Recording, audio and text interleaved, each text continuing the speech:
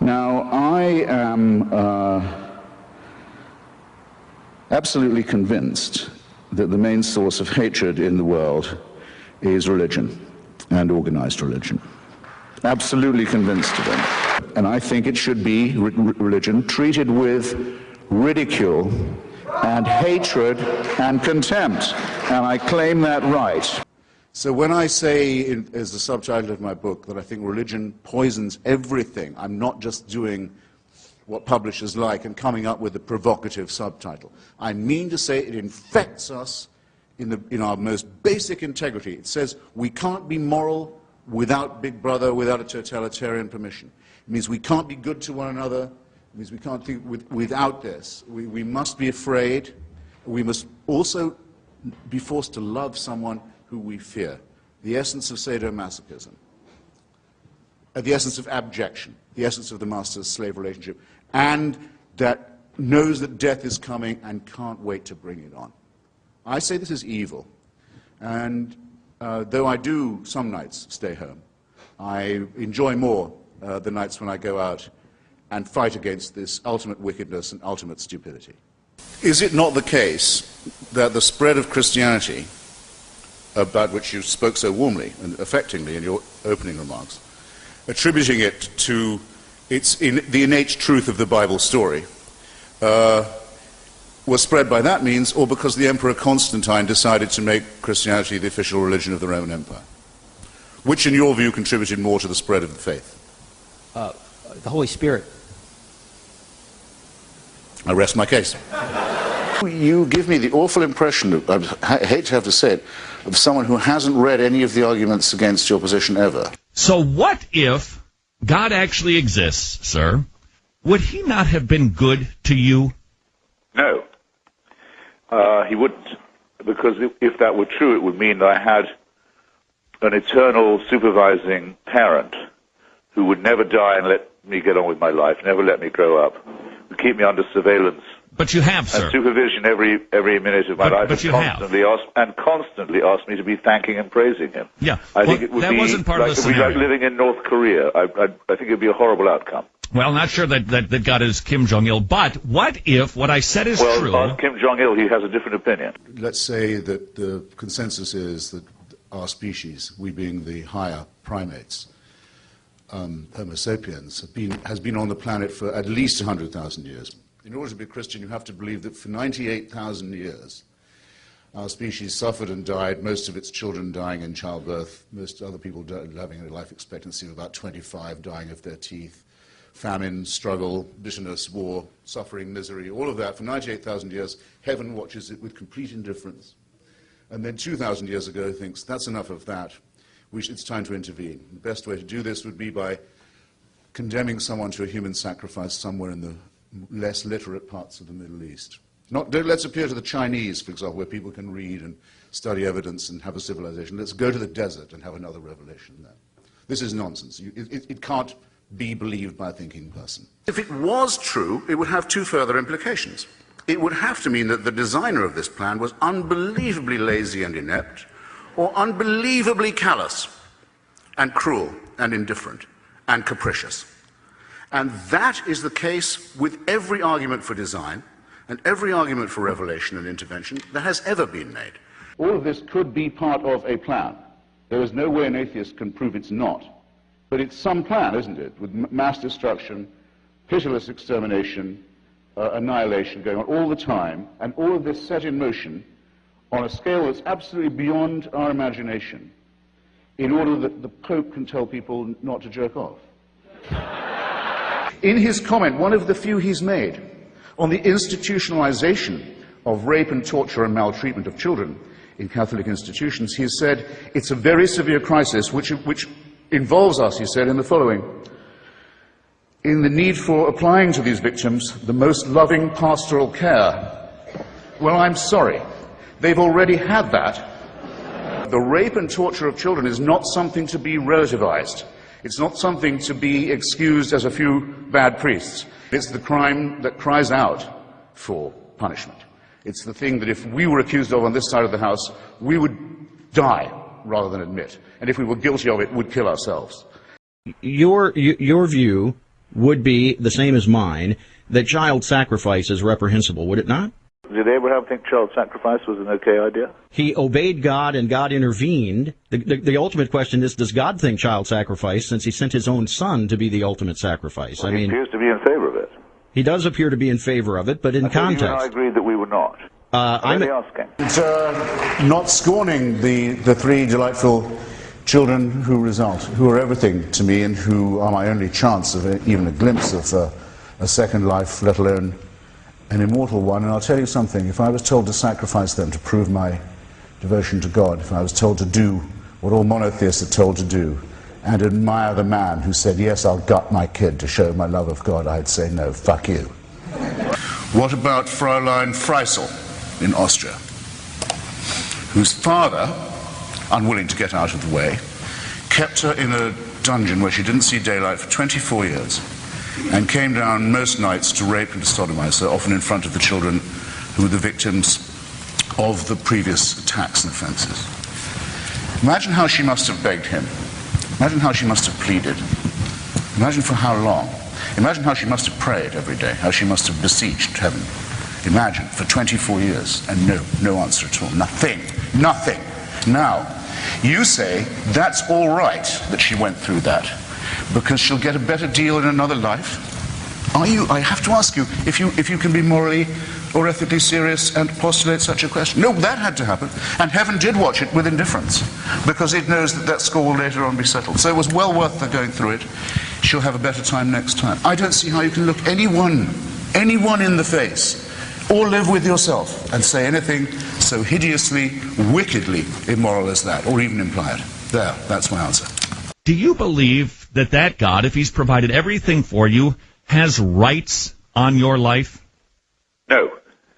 Because? Why should he? What gives him this right? Because he owns you. He's created everything for you. He's kept you alive. I don't want to be owned. I don't want to be owned, and I don't recognize anyone's right to own me. So ownership is a bad thing? Of people, yes. Oh, okay. It's been widely considered. I mean, I know the Bible does call for slavery, as it calls for genocide, but that doesn't make it right. It is a horrible idea that there is somebody who owns us, who makes us, who supervises us, waking and sleeping, who knows our thoughts, who can convict us of thought crime, thought crime, just for what we think, who can judge us while we sleep for things that might occur to us in our dreams, who can create us sick, as apparently we are, and then order us on pain of eternal torture to be well again. To demand this, to wish this to be true, is to wish to live as an abject slave. You've made the worst concession already. You've already said you're a slave. So, well, absolutely. After that, mere obedience to orders is a small offense. I readily admit that I'm a slave. I'm a slave of the Lord Jesus Christ. I'm glad of your chains. Yeah. Well, it's absolutely fine for you, but you must leave me out of it. I don't want to be told that I have to obey these laws too, or that my children have to be taught this in school, or that laws have to be written to gratify the bizarre beliefs of a cult like yours.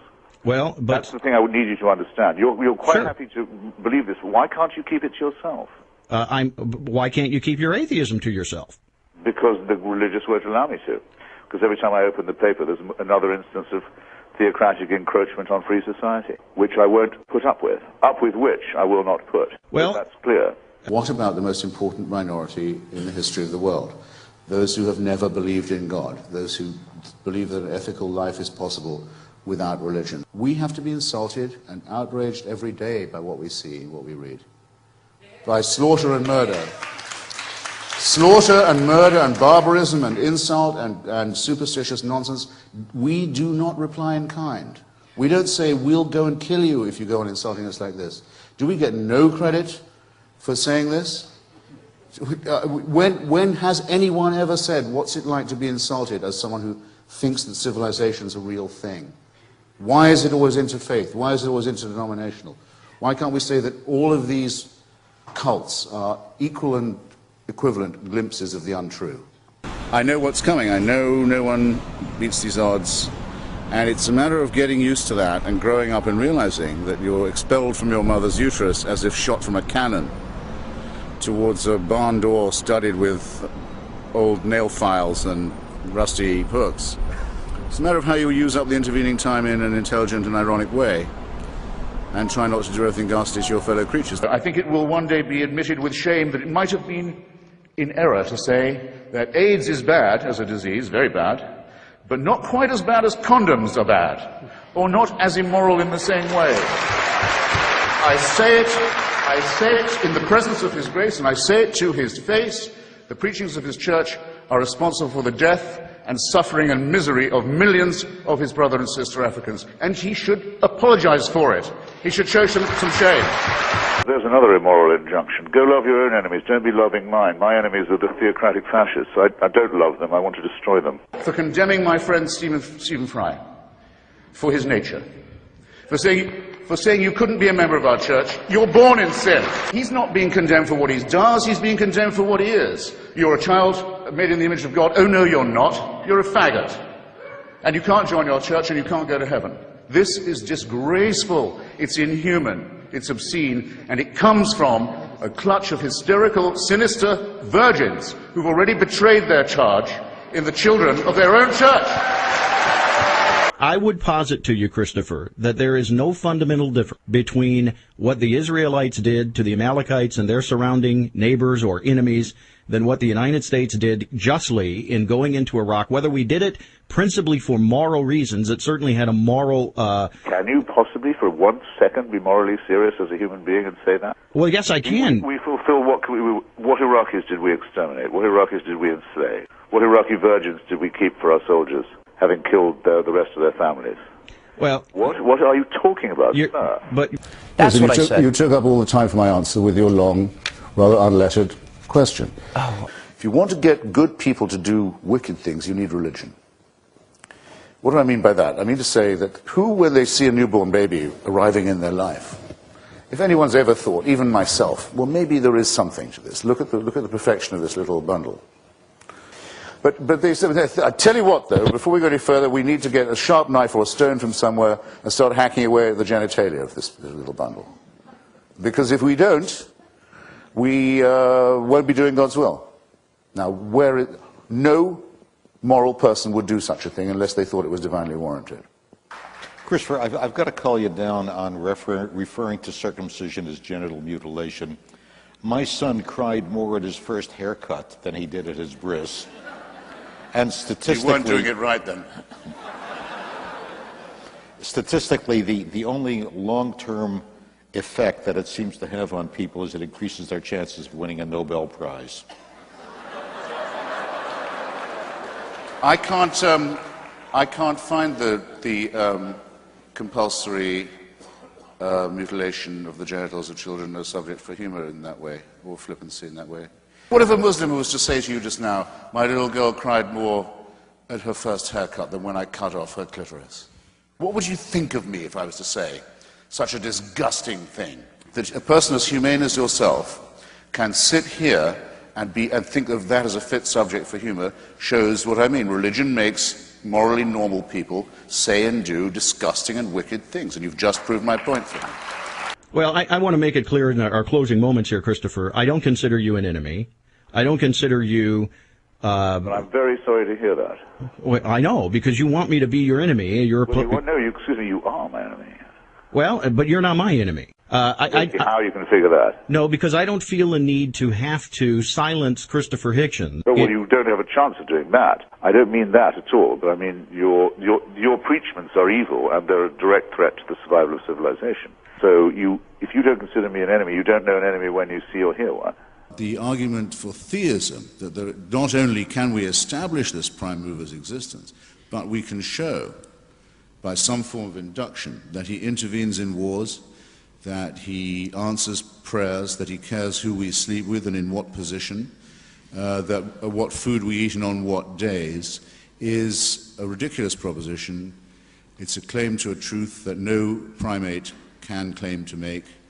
Primates who claim to know it should be distrusted. Great damage has been done and continues to be done by such people and by such ideas. You're better off thinking for yourself and taking all the risks, and I might add all the pleasures that will come from that. The most overrated of the virtues is faith. The metaphysical claims of religion are untrue. Thank you.